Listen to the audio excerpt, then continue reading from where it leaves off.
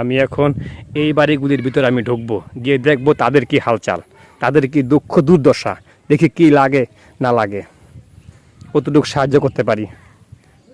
বন্যা কবলিত আরেকটা অঞ্চলে ঢুকছি, তো ঢোকার পরে এখানে কোনো নৌকা পাইলাম না। তো এখানে একটা রাস্তা আছে, কিন্তু রাস্তাটা পানিতে একবারে তলায় গেছে, কিন্তু অনেক ভয়ঙ্কর স্রোত। এই যে আপনারা দেখেন কি পরিমাণ স্রোত এখানটা যাইতে আছে, ঠিক আছে।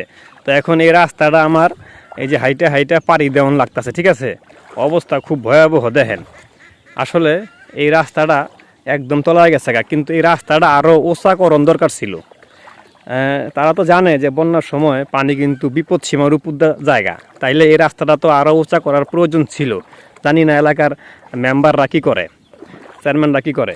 তো যাই হোক, যাইতাছি, এখানে তেমন একটা নৌকা পাইলাম না, এই জন্য এই রাস্তাটা আমার এই যে হাইটা হাইটা পাড়ি দেওয়ান লাগতেছে। বুঝে দেখেন ওদিক দিয়ে আইছি আমি, বিশাল এক মনে করেন যেন গত্তর ভিতরে এখনই পড়ে গেছিলাম। এই যে এই জায়গাটা, ঠিক আছে। তো এই জায়গাটাতে এখনই যাইতে দেখেন কি পরিমাণ স্রোত, দেখেন দেখেন।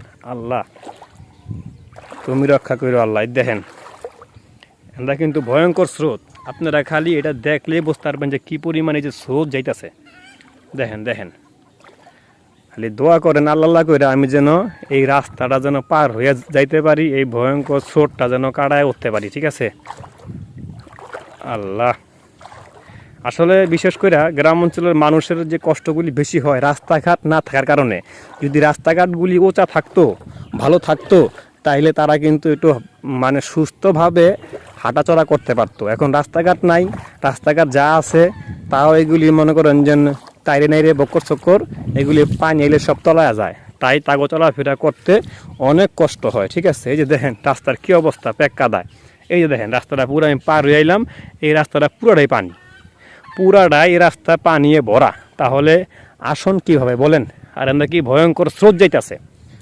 তো আসলে বন্যা কবলিত এলাকায় না আসলে বোঝা যায় না যে কীরকম, মানে আমি যে জায়গায় জায়গায় যাইতাছি মানুষের একটু দেখতাছি মানুষের কী কষ্টগুলি আমি বুঝতাছি। আমার তো জীবন একবারে তেজপাতা, তা যারা এখানে থাকে তাদের কি অবস্থা বোঝেন আল্লাহ আপনারা। দেখেন এই যে এখানকার অবস্থা খুব ভয়াবহ, জঙ্গল মঙ্গল বাঘ মাঘ সব তলায় গেছে গা। আল্লাহ, যাই হোক আমি অবশেষে রাস্তাটা পাড়ি দিয়ে আসতে পারলাম। আমি এখন এই বাড়িগুলির ভিতরে আমি ঢুকবো, গিয়ে দেখবো তাদের কি হালচাল, তাদের কি দুঃখ দুর্দশা, দেখি কি লাগে না লাগে, কতটুকু সাহায্য করতে পারি।